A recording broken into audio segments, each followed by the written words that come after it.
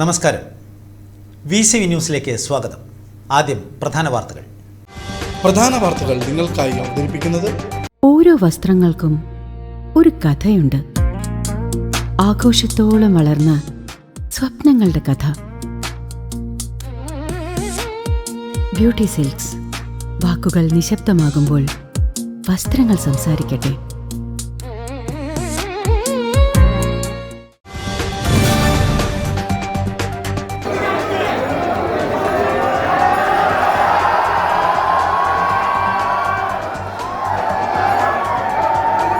ചരിത്രപ്രസിദ്ധമായ തൃശൂർ പൂരത്തിന് കൊടിയേറി.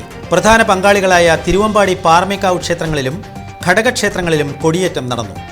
രാവിലെ 11 നടന്ന ചടങ്ങുകളിൽ നിരവധി പേർ സാക്ഷികളായി. ക്ഷേത്രങ്ങളിലെ കൊടിയേറ്റിന് പിന്നാലെ നഗരത്തിലെ പ്രധാന ആൽമരങ്ങളിലും പൂരക്കൊടികൾ ഉയർന്നു. ഇതോടെ വിശ്വപ്രസിദ്ധമായ സാംസ്കാരിക പൂരത്തിന് തൃശൂർ നഗരം സജ്ജമായിരിക്കുകയാണ്.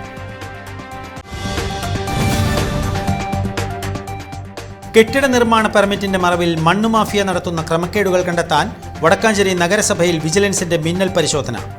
നിർമ്മാണ പ്രവർത്തനങ്ങൾ നടത്താതെ വൻതോതിൽ മണ്ണ് നീക്കം ചെയ്ത് കടത്തുന്നു എന്ന രഹസ്യ വിവരത്തെ തുടർന്നായിരുന്നു നടപടി. പരിശോധനയിൽ സംശയാസ്പദമായ നിരവധി ഫയലുകൾ ഉദ്യോഗസ്ഥർ പിടിച്ചെടുത്തു.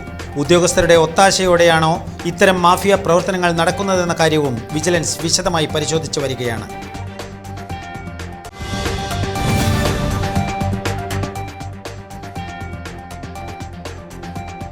നീണ്ട ഇടവേളയ്ക്ക് ശേഷം ചേലക്കര തോന്നൂർക്കര മേഖലയിൽ 3 കാട്ടാനകൾ ഇറങ്ങി.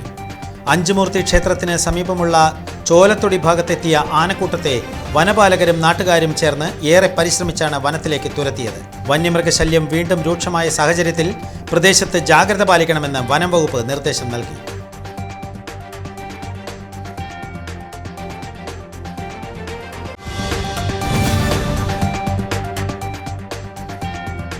അവണൂർ തങ്ങാലൂരിൽ വീടിന്റെ ടെറസിന് മുകളിൽ സൂക്ഷിച്ചിരുന്ന വൈക്കോൽ കൂനയ്ക്ക് തീപിടിച്ചത് പ്രദേശവാസികളെ പരിഭ്രാന്തിയിലാഴ്ത്തി.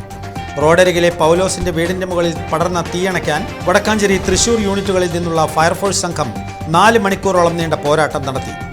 കത്തുന്നത് വൈക്കോലായതിനാൽ രക്ഷാപ്രവർത്തനം ദുഷ്കരമായെങ്കിലും ഫയർഫോഴ്സിന്റെ സമയോചിതമായ ഇടപെടൽ തീ സമീപത്തെ വീടുകളിലേക്ക് പടരുന്നത് ഒഴിവാക്കി.